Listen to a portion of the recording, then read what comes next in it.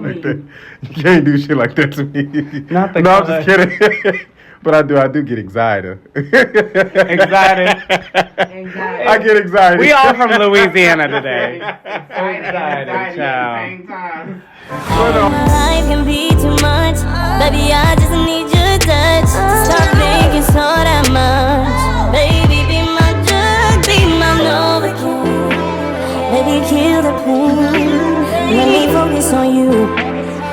Hey y'all, before this interview starts, I just want to explain to you guys that I was supposed to record this at the relaunch event, but unfortunately we ran out of time and we had to rush to my studio in my apartment and get this interview done. So there's a few technical difficulties, visual difficulties, my dog's whimpering in the back. There is so much going on, but it is still a great interview nonetheless. All right, enjoy. Okay, what's up? What's up, man? Again, my name is Mr. Malcolm, and I'm here with... The one and only Tyar Jr. And this is Added to the Motherfucking Q. Whoop, whoop. What's that? Like your purr sound? Can I try? Ty R, I can't believe I have you on my I've been podcast. talking about this for a minute now. For a I'm good minute since I moved out here. I'm like literally elated, ecstatic. I'm literally jumping in my bones, screaming, hollering. Honestly, bro. Okay, so I have been following this man for years on social media, just listening to his beautiful tone, his voice, listening to his music, I appreciate and of course, and I literally am a fan of you and all that you have to do, all that you have to provide. Honestly, can I be real with you? So the first time I heard your music, Okay. the first time I ever heard your music, I was getting a little freaky deaky, right? Like I was like in the bedroom, you know. You're not the only person that said that.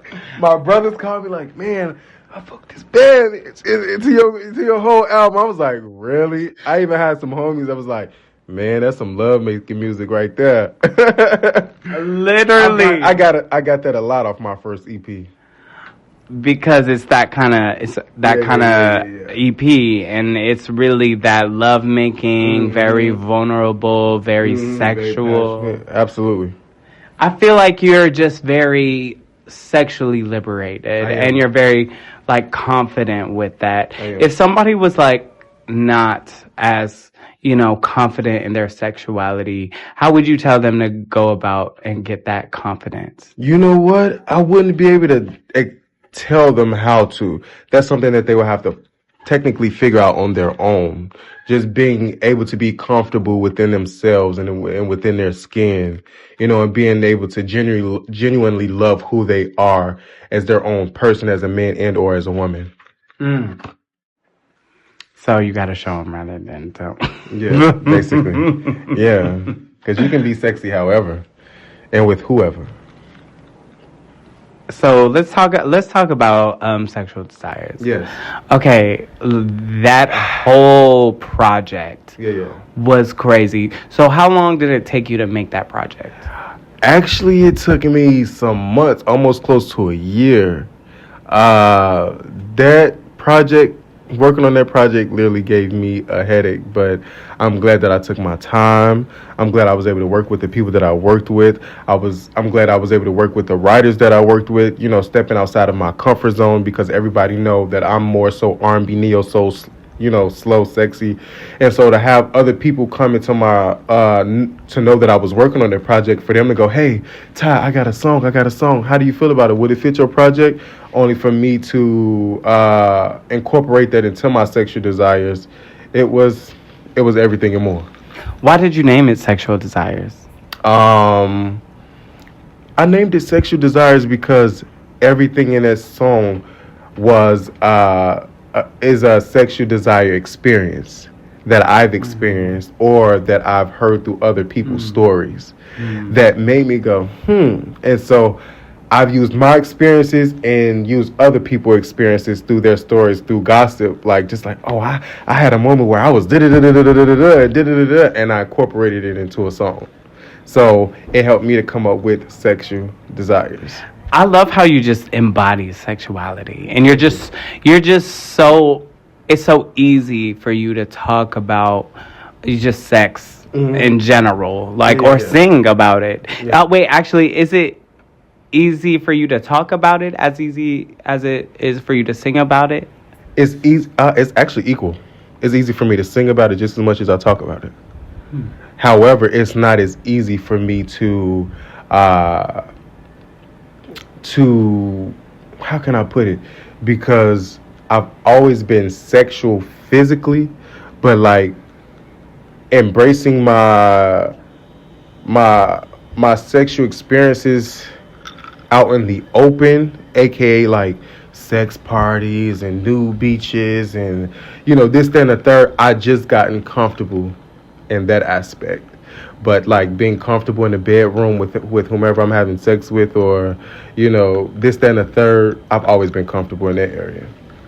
So the intimacy is but but having me to like, oh, wear these type of Speedos at the beach, I'd be like, hell no, I'm not putting that on. You know what I'm saying? But now it's easy for me to do something like that, if that makes sense. And if I answered your question. No, you did. You definitely did. I mean, I love that you're like, it's easy for you to talk about your intimacy, but it's weird. Yeah. It's weird because I think people listen to you and then they're like, oh, he DTF or he ready to go. You know what I mean? And you get that. And you know what? I had to learn that's what comes with this lifestyle. Whether if you're thinking about sex or however you decide to live your life, as you being your own person, you're going to get the people that just thinks that you're easy, or the word whore, or this, that, and the third, blah, blah, blah. But it's not really that. I'm actually human, and I'm not here to just, give myself for free, if that makes sense. But that doesn't mean like I'm selling my dick or ass for sex. Hello, but listen. If you are, get your coin. Massages only. Erotic massages. Book me. So let's talk about your impact on the community with your relationship that you have currently. Okay. How do you feel about your impact and how it's going viral and stuff like that? You have some people that it inspires, then you have some people that it doesn't inspire, then you have some people who has followed me for years upon years, who have seen me in and out of multiple relationships. So you have those people that are just like, oh, I thought I knew what love was, but seeing this nigga in multiple relationships, I don't think I want one, because I keep seeing him in a different relationship every fucking year. But I also think it has done some good and some bad. Good in the sense that they get to see what true love look like. Bad in the sense that not on my partner end, but on my end, in the sense that they've seen me in multiple relationships. So they looking like, well, you look good in all of these, you look just as good in this one. So what the hell happened in those? And it was just like either it was envy, jealous, use me for clout, or they wasn't consistent, wasn't reciprocating the same energy, or lack of communication, and more. You know what I'm saying? But it's hard for me to explain that to people, because when they see me post my relationships, all they see is the good. They never see the bad. But when they do see the bad, they don't see me going on social media being distasteful towards my partner. They see my partner or my ex-partner using my platform to drag me through the mud. And then that's when I discovered that I didn't even know that I had people that didn't even like me hop on this hate train, to hop on a bandwagon that they done started, for them to go, oh, I knew it was something about him that I didn't like, or I knew it was something about him that, I couldn't put my finger on. And whole time, you don't even know me personally. You just wanted to assume, or you wanted to go off the perception that you built up off of me to have a reason not to like me. So when you hear my ex put something out there, then you go, I knew it was something, when in reality there was never nothing, because you only got that one side of the story and not mine. So you want to use that one side of the story to just not like me for your own personal reasons, which I think is weird. I think it's so crazy because I was talking to my friend and we were just talking about how like it's so different in this age now that like we don't have to be so like private about our relationships nowadays. Like we can live out loud. We can do what we want. Like, Whatever fits best for you. Like right. I'm an out there person. If you're a private person, be your private self. You feel me? But I'm an out there person, so I like to share my love. You know what I'm saying? And it's not to get clout. It's not to get follows. It's not to get likes. It's literally just because I'm proud to be with who I'm with.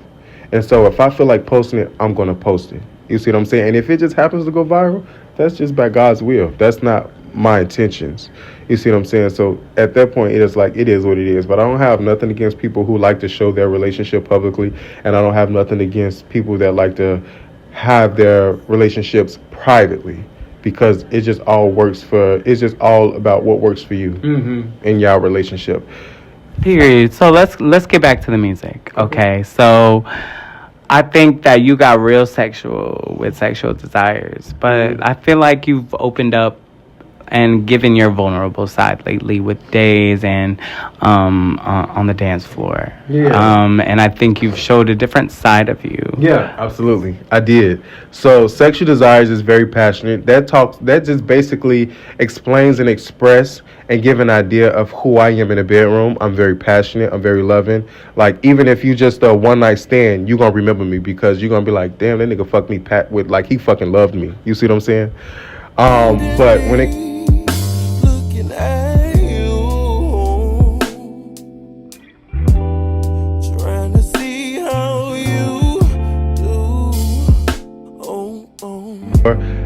let his soul rest in peace.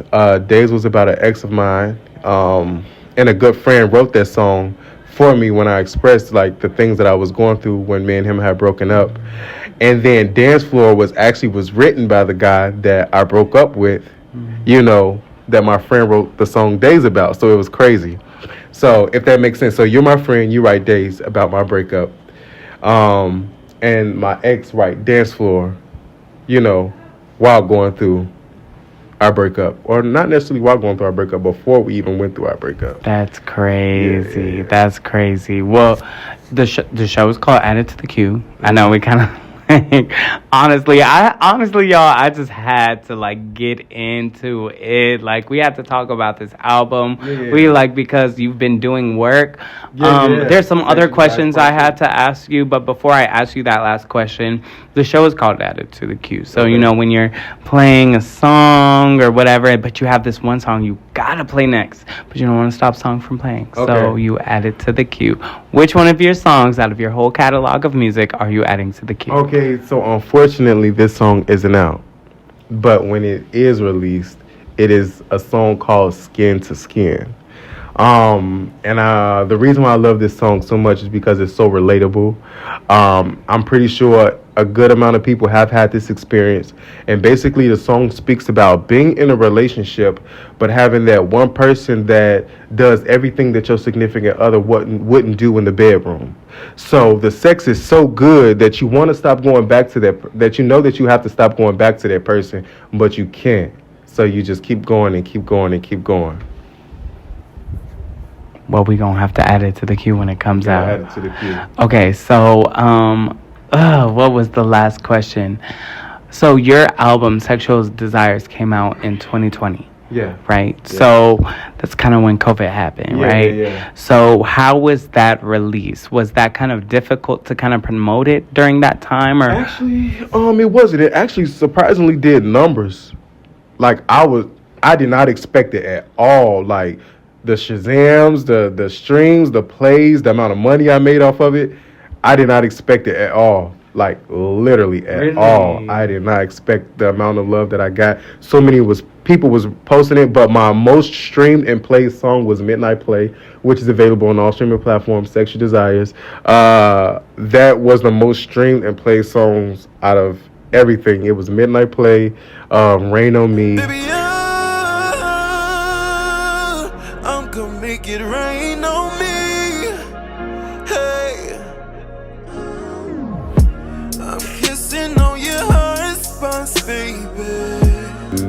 I think those are the two. The other ones got love too, but those were the main two that got like hella love. Oh wait, did you know people were doing covers of your songs? Which song? I think I saw one for Midnight Play. I've seen some. I seen one. It was really good.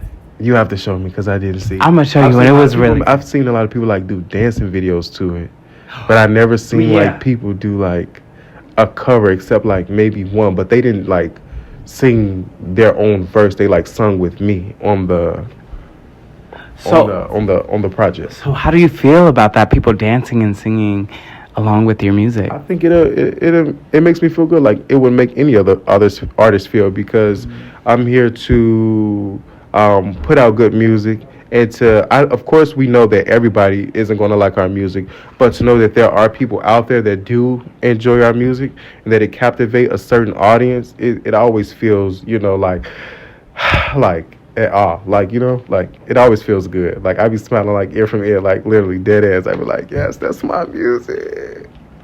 Honestly, bro, like as a fan of yours, I can't wait to see what you have next. I can't wait to hear Skin to Skin. Listen, he added it on Q and it's not even out yet. We're like, thank you for blessing my platform with that. Yeah. I appreciate that. But like, honestly, make sure you watch out for him. Watch out for what he has next. Thank you so much for being on my podcast. I appreciate it. Thank you. Again, I'm Mr. Malcolm, and I'm here with Tyar. And what I want to say before we close this out is I have a new project coming out called Sexual Desires Part 2, which Skin to Skin will be available on. So when I drop it, I will be dropping it soon. So just be on the lookout. Follow my Instagram page, onlytyr.jr. It is ONLYTYR.JR. Again, it's ONLYTYR.JR.